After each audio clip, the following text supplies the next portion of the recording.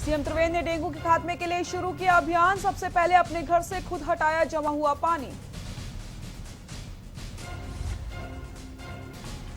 लद्दाख में पेट्रोलिंग के दौरान जवान शहीद, सीएम रावत ने जताया शोक। बोले इस दुख की घड़ी में सरकार परिवार के साथ। सोमवती अमावस्या आज, हरिद्वार में अस्थि विसर्जन और गंगा स्नान पर रोक। यूपी उत्तराखंड बॉर्डर पर बढ़ाई गई सख्ती। अगले 2 दिन संभल कर करें चारधाम यात्रा। 5 जिलों में भारी बारिश की येलो अलर्ट। भूस्खलन की भी बढ़ सकता है खतरा। सावन का तीसरा सोमवार आज, विशेष अनुष्ठान के साथ भगवान अर्धनारीश्वर की पूजन का विशेष महत्व। घंटी और जयकारों से गूंजा शिवालय। उत्तराखंड में टूटा कोरोना का कहर। एक ही दिन में सामने आए 239 नए मामले। 4500 के पार पहुंची संक्रमितों की संख्या। आप देख रहे हैं के न्यूज, खबरों का सारथी। मुख्यमंत्री त्रिवेंद्र सिंह रावत ने रविवार को सीएम आवास और आवासीय कार्यालय परिसर का निरीक्षण किया। उन्होंने गमलों, नालियों आदि को चेक किया और कहीं भी पानी इकट्ठा ना हो इसका ध्यान रखा है। जिन गमलों में पानी था उन्हें खाली करवाया गया है। मुख्यमंत्री ने पानी की टंकियों में भी देखा कि डेंगू के लार्वा तो नहीं पनप रहे। गौरतलब है कि मुख्यमंत्री ने डेंगू के वार करने के लिए आमजन से हर रविवार को 15 मिनट का समय निकालकर घर और घर के आसपास एकत्र पानी को हटाने का आह्वान किया है। मुख्यमंत्री ने कहा कि कोविड-19 के साथ साथ हमें डेंगू को लेकर भी बहुत सजग रहना होगा। साफ पानी में ही डेंगू पनपता है, हमें डेंगू को पनपने नहीं देना है। इसके लिए अपने घर और अपने घर के आसपास इकट्ठा पानी को हटाते रहना चाहिए। हम हर सप्ताह रविवार को केवल 15 मिनट का समय निकालें और डेंगू पर वार करें। आमजन का योगदान बहुत जरूरी है।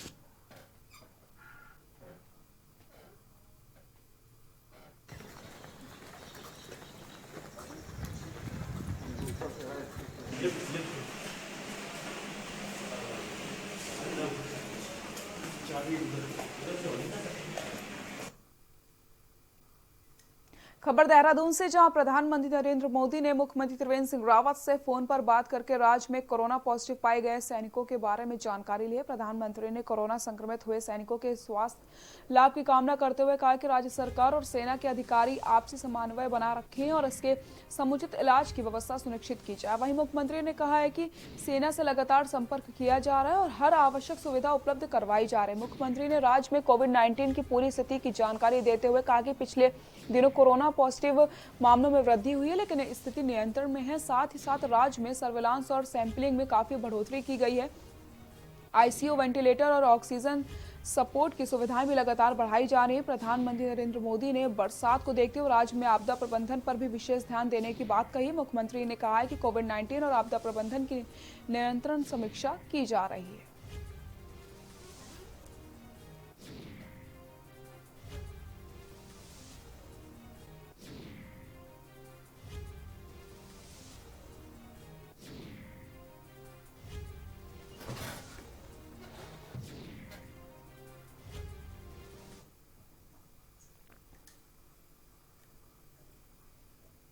उत्तराखंड के मुख्यमंत्री त्रिवेंद्र सिंह रावत ने लेह लद्दाख सीमा पर ऊधम सिंह नगर जिले के किच्छा निवासी करण देव उर्फ देव बहादुर की शहादत पर उन्हें नमन किया है।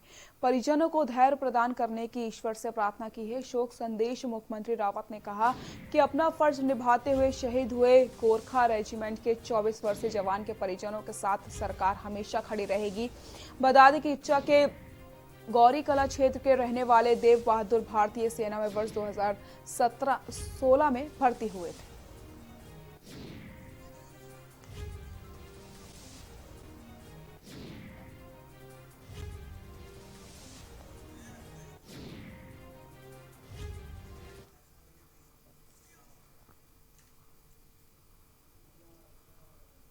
अगर आप चारधाम यात्रा पर जाने की सोच रहे हैं तो दिन जरा संभल कर करें। कहीं ऐसा ना हो कि बारिश आपके राह में रुकावट बन जाए। मौसम विभाग ने 2 दिन का भारी बारिश का अलर्ट जारी किया है। मौसम विभाग के निदेशक विक्रम सिंह के मुताबिक वैसे तो सप्ताह भर पूरे प्रदेश में हल्की से मध्यम बारिश हो सकती है, लेकिन 21 और 22 जुलाई को केदारनाथ, बद्रीनाथ, गंगोत्री, यमुनोत्री, हेमकुंड साहिब की यात्रा मार्गों पर भारी बारिश का येलो अलर्ट जारी किया गया।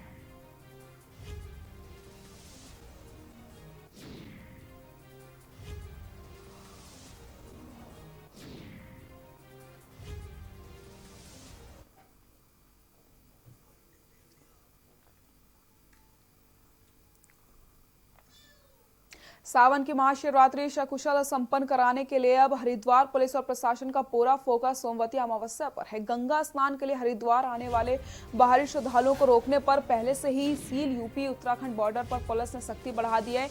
यही नहीं, सोमवती अमावस्या तक अस्थि विसर्जन के लिए आने वालों पर भी रोक लगा दी गई है। जहां बॉर्डर से 1000 से ज्यादा वाहनों को पुलिस ने लौटा दिया है, वहीं डीएम और एसएसपी खुद व्यवस्था पर नजर रखे हुए हैं।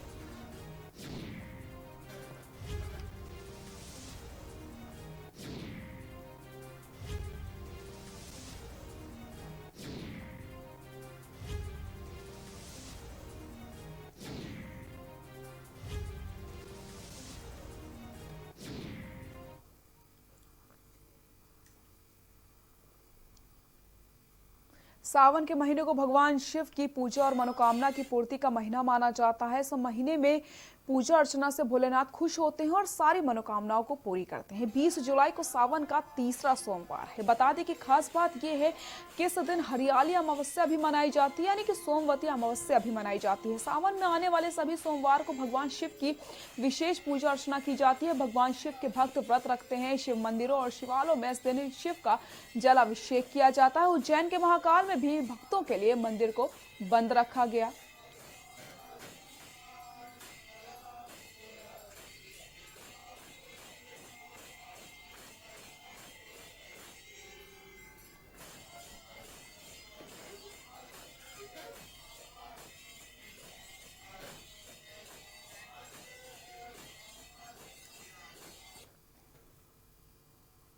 उत्तराखंड में कोरोना संक्रमण के मामलों ने रिकॉर्ड तोड़ दिया। प्रदेश में अब तक सबसे ज्यादा 239 पॉजिटिव मामले 24 घंटे में सामने आए। वहीं संक्रमितों का आंकड़ा 4500 के पार पहुंच गया। बता दें 35 मरीज ठीक होकर घर लौट चुके हैं, लेकिन अभी भी 1311 एक्टिव केस हैं। अपर सचिव स्वास्थ्य युगल किशोर पंत ने इसकी पुष्टि करी।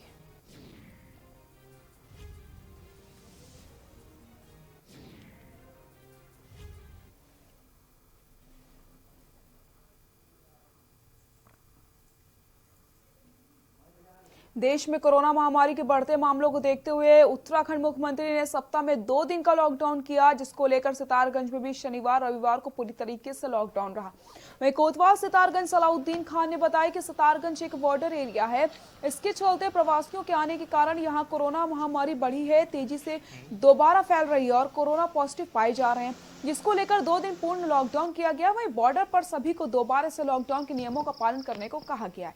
साथ ही साथ जो प्रवासी बाहर से आ रहे हैं उनका पहले नियमों अनुसार चेकअप करवाए जा रहे हैं और जो पुराने नियम है उनका ही पालन करवाया जा रहा है, जिससे इस महामारी को कम किया जा सके।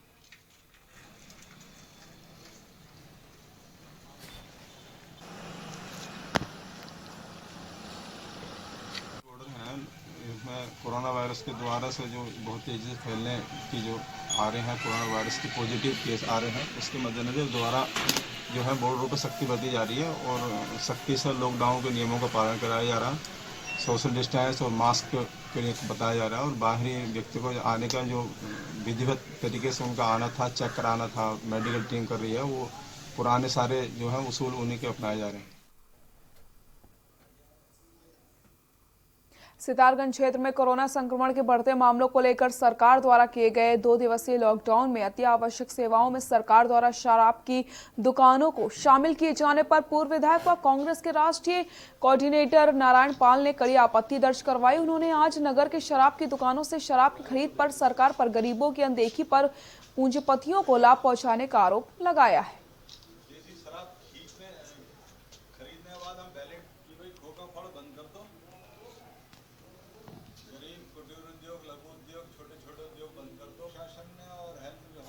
जो नेसेसरी जो एसेंशियल सर्विस है उसमें मैं देख रहा हूँ दवाइयों की दुकान तो खुल नहीं रही है, शराब की दुकान खुली है और शराब की दुकान खुली है लेकिन नमकीन की दुकान नहीं खुली है। तो नमकीन बेचने वाले तो गरीब लोग हैं ना, और शराब बेचने वाले वो आबकारी का बहुत ही बड़ा मत देते हैं सरकार को। तो सरकार का रवैया जो है उनके प्रति बहुत ही उदार है।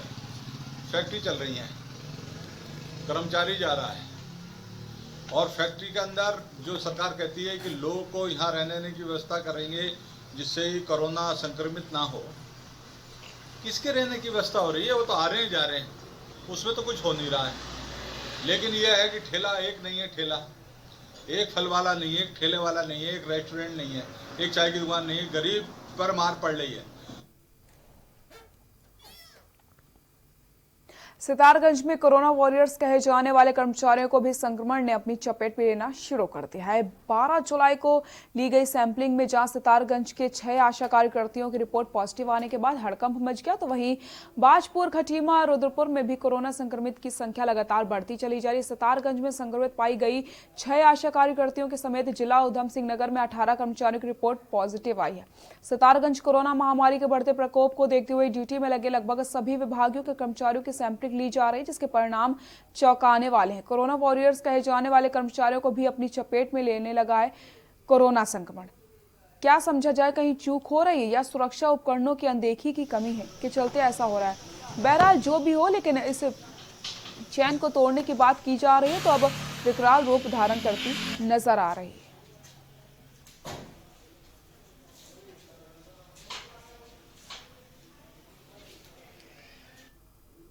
क्षेत्र में 6 आशा कार्यकर्ती कोरोना संक्रमित पाई गई हैं, जिनके की 12 तारीख को सैंपल कराए गए थे और 18 तारीख को उनकी रिपोर्ट्स आई हैं। रिपोर्ट्स मिलने के बाद हमारी जो टीम है वो उनको उपचार के लिए रुद्रपुर भेज रही है। साथ ही साथ उन सभी क्षेत्रों को कंटेनमेंट जोन घोषित करने के लिए उप जिलाधिकारी महोदय से निवेदन किया जा रहा है। इस संबंध में जो भी आवश्यक कार्रवाई है वो की जाए। कोरोना महामारी को लेकर उत्तराखंड सरकार ने हरिद्वार जिले में शनिवार और रविवार पूरी तरीके से लॉकडाउन घोषित किया था, जिसके चलते उत्तराखंड की सभी सीमाओं को सील कर दिया गया था। वहीं सोमवती स्नान को लेकर प्रशासन पूरी तरीके से अलर्ट पर है। उत्तराखंड में बाहरी राज्यों से आने वाले लोगों को नारसन बॉर्डर पर ही वापस भेज दिया जा रहा है। आपको बता दें, उत्तराखंड प्रदेश की सीमाओं पर भारी पुलिस बल तैनात किया गया है, जिससे कोई भी उत्तराखंड प्रदेश में प्रवेश ना कर सके। वहीं हरिद्वार गंगा में अस्थि विसर्जन करने आ रहे लोगों को भी उत्तराखंड पुलिस ने वापस भेज दिया। सोमवती स्नान पर भारी श्रद्धालुओं के साथ स्थानीय लोगों को भी गंगा स्नान करने पर पूरी तरीके से प्रतिबंध लगा दिया गया है। उत्तराखंड प्रदेश द्वार नारसन पर पहुंचे उप जिलाधिकारी व सीओ मंगलौर ने उत्तराखंड सीमाओं का निरीक्षण किया। लॉकडाउन के चलते यातायात भी पूरी तरीके से बंद रहा।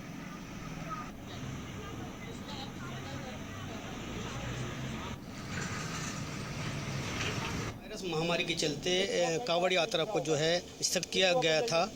सोमवती अमावस्या का जो स्नान है उसको जैसे 19 और 20 जो तारीख है उसको जो है बॉर्डर को पूरी तरह सील कर दिया गया। इस वक्त हम जो है नारसन बॉर्डर पर खड़े हैं, जो कि उत्तराखंड और यूपी का बॉर्डर है। जैसे कि देखा जा सकता है, यहाँ जो गाड़ी आ रही है, दूसरे प्रदेशों से जो गाड़ी आ रही है वो चेक किया जा रहा है और वापस उनको भेजा जा रहा है, ताकि हरिद्वार में ज़्यादा भीड़ न हो। इस विषय पर बात करने के लिए हमारे साथ जो है मंगलो क्षेत्राधिकारी अभय प्रताप सिंह जी, उनसे मालूम करेंगे कि किस प्रकार की तैयारी की गई है बॉर्डर पर। सर, जैसे कि सोमवती अमावस्या को जो है बॉर्डर सील किया गया, क्या क्या तैयारी की गई है? देखिए, जो सरहदी थाने हमारे और जो उत्तर प्रदेश से बॉर्डर से लगे हुए जितने भी हमारे बैरियर, लगभग 13 बैरियर पॉइंटों पे हमने ड्यूटियां लगाई हैं और लगातार हम पीए सिस्टम से लोगों को अवेयर कर रहे हैं। जिन लोगों के द्वारा भी केवल मेडिकल एक ग्राउंड है कि जिस ग्राउंड पे हम लोगों को अलाउ कर रहे हैं। बाकी अगर किसी कारण से भी लोग उत्तराखंड में आना चाहते हैं, चूँकि स्पष्ट आदेश 2 दिन पहले हो चुका है कि किसी भी तरीके का आवागमन जो होगा वो प्रतिबंधित रहेगा। तो जो लोग भी आ रहे हैं हम उनसे निवेदन कर रहे हैं और वो लोग वापस लौट रहे हैं। जैसे कोई अस्थि विसर्जन के लिए हरिद्वार आना पड़ता है, उसके लिए क्या? अस्थि प्रवाह करने के लिए भी एक आदेश हुआ था कि उसमें अस्थि प्रवाह की भी अनुमति 2 दिन तक अभी कैंसिल कर दी गई है। तो इसी कारण से केवल मेडिकल इमरजेंसी के अलावा अगर कोई माइग्रेंट भी है, उत्तराखंड से भी है या अन्य किसी भी कारण से अगर वो आना चाहते हैं तो किसी को परमिशन नहीं दे रहे।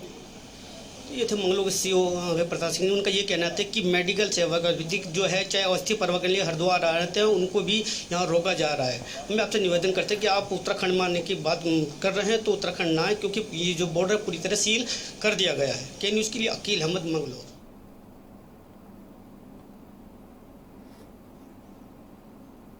खबर बागेश्वर से है। नगर पालिका राजदेव जयसी द्वारा अवगत कराया गया कि जिलाधिकारी के निर्देश अनुसार जनपद में कोरोना वायरस संक्रमण के बढ़ते प्रभाव को रोकने और डेंगू जैसी बीमारी फैल रही, इसके लिए अब तक 800 लीटर सोडियम हाइपोक्लोराइट का छिड़काव किया जा चुका है। वहीं लगभग 65 लीटर मैथीन का भी छिड़काव किया गया। साथ ही साथ नगर पालिका बागेश्वर द्वारा समस्त वार्डों में वाहन के अतिरिक्त 34 महिलाओं के माध्यम से डोर टू डोर कूड़ा संग्रहण का कार्य करते हुए लोगों को स्वच्छता के संबंध में जागरूक भी किया जा रहा है। इसके साथ ही डीएम द्वारा सैनिटाइजेशन के लिए रविवार को साप्ताहिक बंदी के चलते विशेष कार्यक्रम चलाने के निर्देश भी जारी किए गए थे। वहीं जिलाधिकारी रंजना राजगुरु के निर्देशन में वर्तमान कोरोना वायरस संक्रमण के बढ़ते प्रभाव को रोकने एवं डेंगू जैसी बीमारी न फैले, इसके लिए स्थानीय निकायों द्वारा लगातार अपने क्षेत्र अंतर्गत सैनिटाइजेशन आदि का कार्य किया जा रहा है।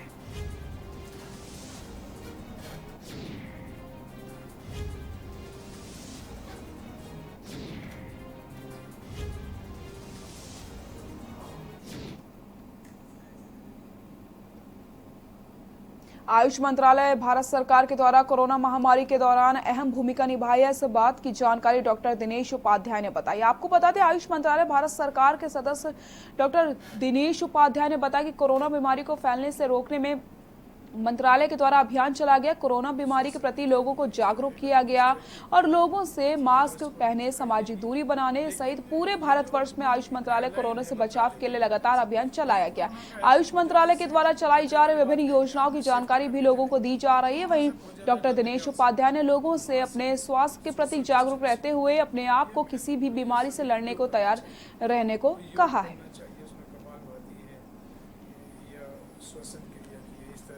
इस तरह की कोई चीज़ राष्ट्र को दिखाई देगी, लेकिन ये जो अपनी गाइडलाइन है मंत्रालय की, ये कोरोना का है, कोई बहुत ज़्यादा इससे खतरे वाली बात है नहीं। आदमी सेफ्टी करके चले तो कोरोना से बहुत ज़्यादा डरने की आवश्यकता। मास्क विषय को लेकर के ये बहुत भारी संक्रमण भारत के अंदर क्या पूरे विश्व के अंदर हुआ है, और आयुष मंत्रालय की जो गाइडलाइंस राष्ट्र को माननी चाहिए, वो माननीय यशस्वी प्रधानमंत्री माननीय नरेंद्र मोदी जी ने भी कहा है।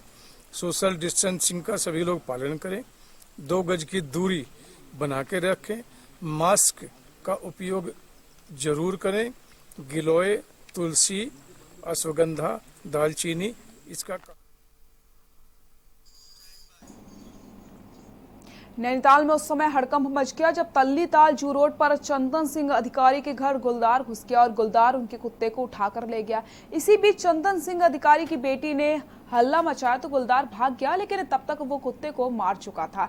इसी घटना के बाद पूरे नैनीताल में हड़कंप मच गया। आपको बता दें, नैनीताल में अक्सर गुलदार आवासीय कॉलोनी में घुस जाता है और देर रात भी क्षेत्र में गुलदार आया और घर के अंदर घुसकर कुत्ते को उठा ले गया। रात को घर के अंदर की गली में कुत्तों को अंदर बंद करने आई मकान मालिक चंदन अधिकारी की बेटी तापीशा ने गुलदार को 3 कदम दूर से सामना किया। तापीशा कुछ करते इससे पहले गुलदार कुत्ते पर झपटकर पल भर में लेकर उसको गायब हो गए।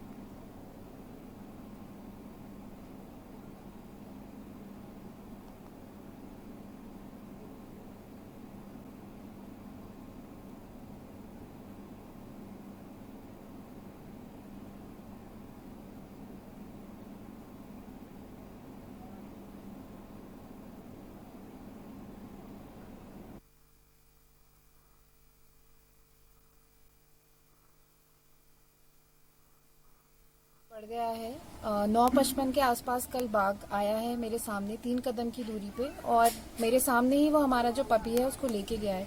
ये कमरा है, यहाँ मैं बैठी थी, कमरे के दरवाजे तक आया। पहले ऐसा होता था कि बाघ आते नहीं थे, इंसान की खुशबू से ही भाग जाते थे, पर वो आया, उसने देखा और उसके बाद भी मेरे हल्ला करने के बाद भी वो गया नहीं, बहुत धीरे धीरे गया और उसको लेके गया अपने साथ। जी, ये घटना रात करीब 9:30 बजे, करीब 9:30 पौने 10 करीब हो रहा होगा।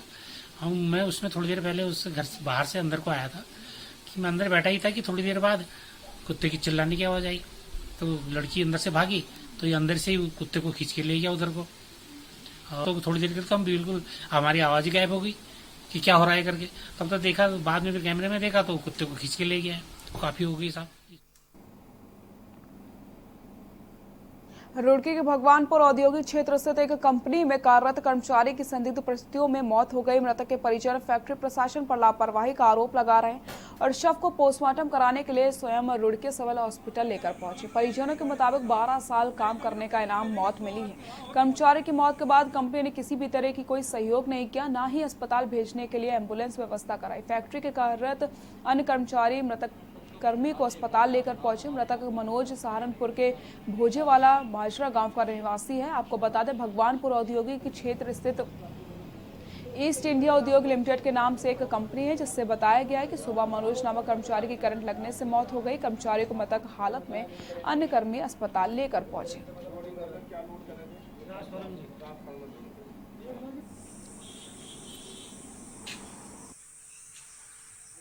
कंपनी की लापरवाही के कारण इलेक्ट्रिसिटी लूज होने की वजह से इनको करंट लगा, नहीं तो ऐसा कोई वो नहीं था। और करंट लगने की वजह से यदि इनके पास सेफ्टी शूज होते तो बचने के चांसेस थे। ना तो कंपनी में मेन इलेक्ट्रीशियन था जो इलेक्ट्रिसिटी डाउन कर सकता था, कुछ भी कंपनी की वजह से ये घटना हुई है। वहाँ पे जो लोडिंग हो रही थी ट्रांसफार्मर की क्रेन से, तो वे लोडिंग के साथ साथ वेल्डिंग भी करवा रहे थे। और बिजली वालों की उसमें जो कंपनी वालों की वो है, ना तो सेफ्टी शूज दे रखे थे ना ग्लव्स दे रखे थे। कहीं फिर हमने उनको बोल भी लिया था। अब पहले भी ये हादसा हुआ था। कौन सी कंपनी में काम करते थे? ईस्ट इंडिया है, लंकेश्वर अंबुजा के पास है उधर।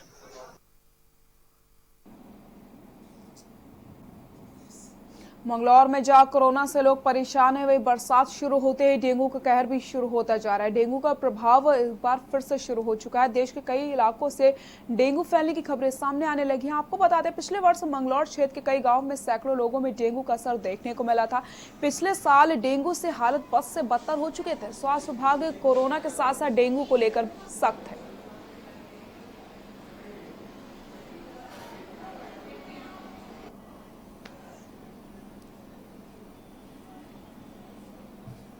देखिए, डेंगू में बुखार आता है। भी डेंगू भी दो तरीके का होता है। एक हेमोरेजिक डेंगू भी होता है जिसमें बेशरीर लाल चकत्ते पड़ते हैं। लेकिन क्योंकि जो बीमारी है वो मच्छरों की वजह से होती है, इसमें हमें ध्यान ये रखना है कि कहीं पानी इकट्ठा ना हो जिससे मच्छर के लार्वा ना पैदा हो और मच्छर ना बढ़े।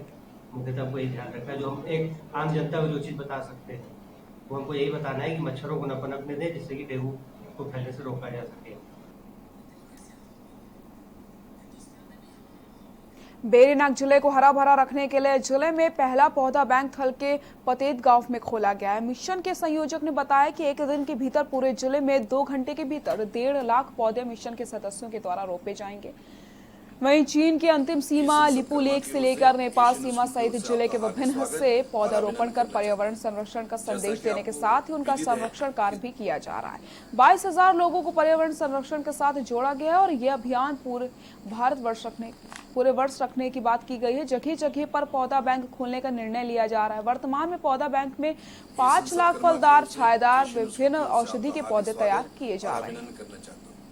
जैसा कि आपको विदित है,